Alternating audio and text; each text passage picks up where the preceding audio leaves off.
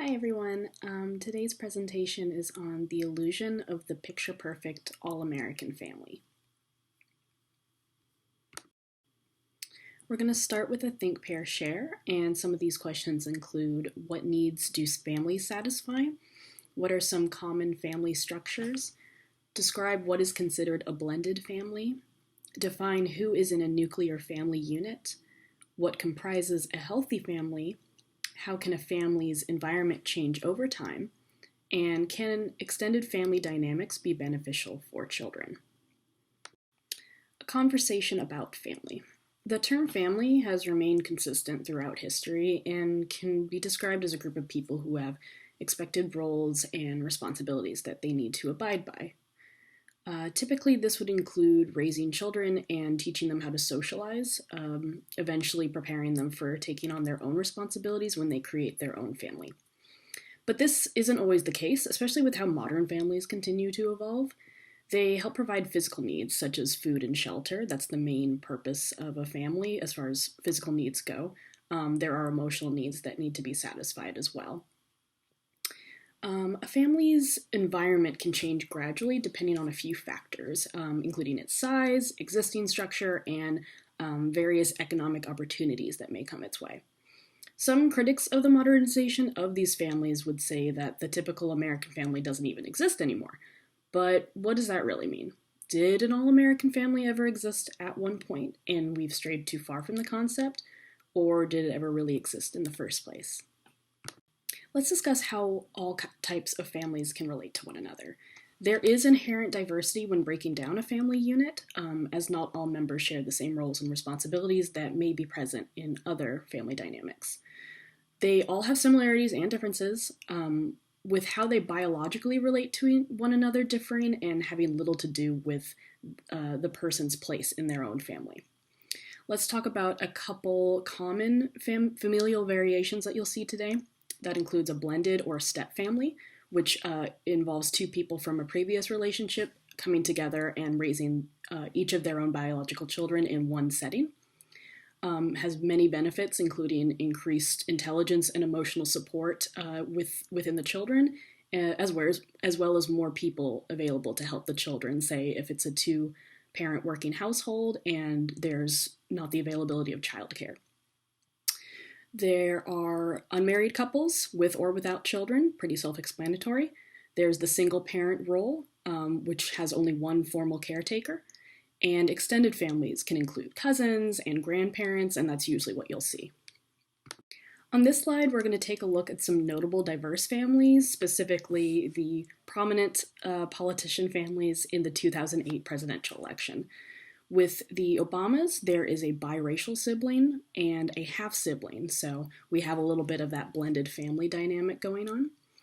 With the Biden family, it's a step family as a result of the senator's first wife passing away, so another example of a blended family coming together with a new wife and new children.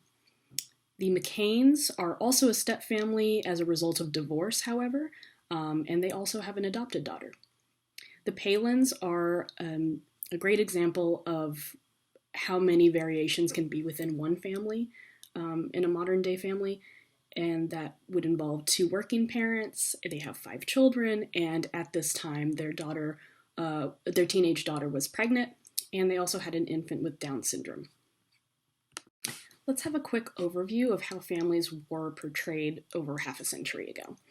A nuclear family can be described as a couple, male and female, who raised their own biological children together. The men went to work while the women stayed at home to care for the children. Take a look at the example of the old sitcom Leave It to Beaver. There's a picture of it here. It originally aired in 1957, and it was a great example of what a typical all-American family was supposed to represent. The show demonstrated a cookie-cutter kind of version of this, with husband and father Ward leaving each day for work, coming home for the children, and Mother June would be cooking and taking care of the children. And the kids would just run around and act like typical kids. They were wholesome and exemplified the values that were important to Americans back then. Moving on to what was considered taboo during this time period, divorce was a big no-no. The mere idea of a divorce would ostracize a person from the community And especially if they were a man, their entire career could be derailed, as many prominent companies during this time wanted to portray the image of a family corporation, and that would involve having a family man. Let's look at the example of Don Draper and Betty Draper from the famous TV show Mad Men, which was also set in the 1960s. This divorce, when Betty divorced Don Draper, it leads Betty to be talked about within the community among the other women, sort of in a hush-hush manner that, her family was broken apart, and it kind of disrupted the picture-perfect all-American family view that people wanted to hold on to so badly. Even Don was looked at in a different light, and it affected some of his ad deals in following episodes for a short while after. But women were able to get their time in the latter half of the 20th century and up to the beginning of the 21st century.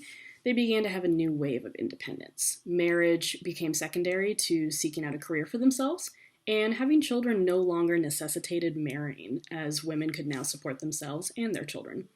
This surge of feminism paved the way for a whole new type of family and what would come to be accepted in society. Let's talk about some traits that actually make a family work. This one would include the gold standard, which is emotional closeness, and that is critical to keeping a family well connected and able to support each other through different life events. You can have a different level of personal satisfaction in your family unit, how you're satisfied with how you interact, how you communicate, and how well you support each other and show up for one another. The level of developmental growth can be affected by how a family communicates with one another and how well they can support each other's endeavors.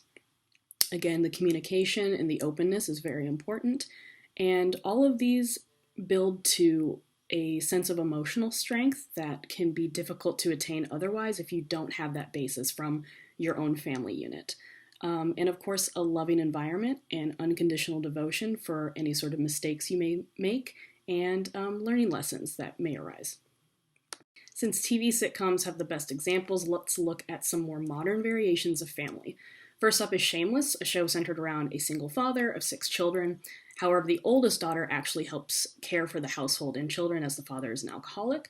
And it creates an interesting dynamic and sort of a role reversal where the child ends up taking care of the parent.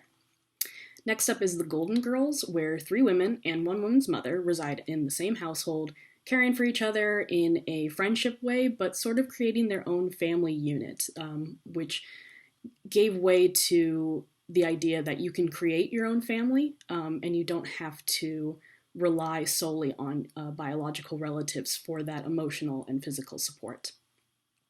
Fresh Prince of Bel-Air deals with a nephew going to live with his uncle and his uncle's own biological family, creating yet another interesting family unit where there are multiple adults in the household making decisions for a child that isn't biologically theirs.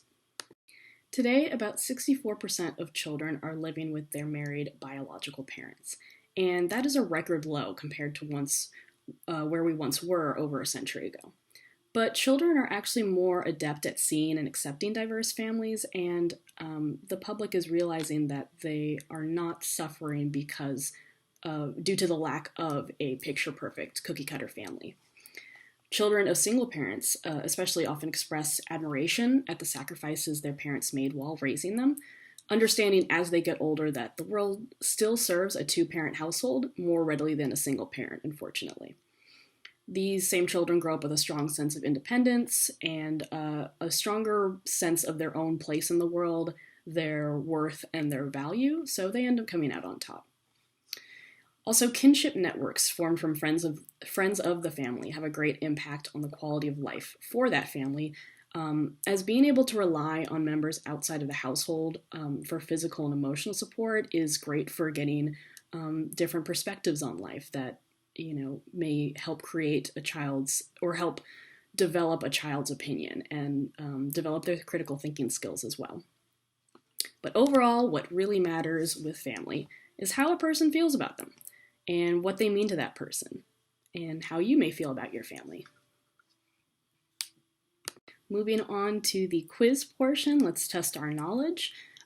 For one, a family's environment can change over time depending on its, and that would be all of the above: socioeconomic conditions, size, structure, everything. Which of the following is a family structure? Blended, stepfamily, couples without children, and again, the answer is D, all of the above. A married man and woman with their own biological children would be called stepfamily, family unit, nuclear family, or parents, and the answer to this is a nuclear family. What are some of those physical needs that families help satisfy? Food, shelter, emotional support, both A and B, and the correct answer would be both food and shelter, A and B. Which aspect does not help comprise a healthy family? Communication, anxiety, emotional closeness, and devotion, and the correct answer would be anxiety. That is not helpful. Benefits of having an extended family do not include improved intellectual development, substantial emotional support, economic stability, and built-in childcare, and the correct answer would be economic stability. And the last question, which of the following is an example of a blended family? Two sisters cohabitating together, a married couple raising their children from a previous relationship, a single mother raising her young son, a married couple raising their own biological children, and the correct answer would be B, a married couple raising their children from a previous relationship. For the final post-lecture activity, I want you to create a Venn diagram listing the similarities and differences between modern and traditional families, noting how families have evolved over the years and where their differences lie now. Thanks for listening to my lecture.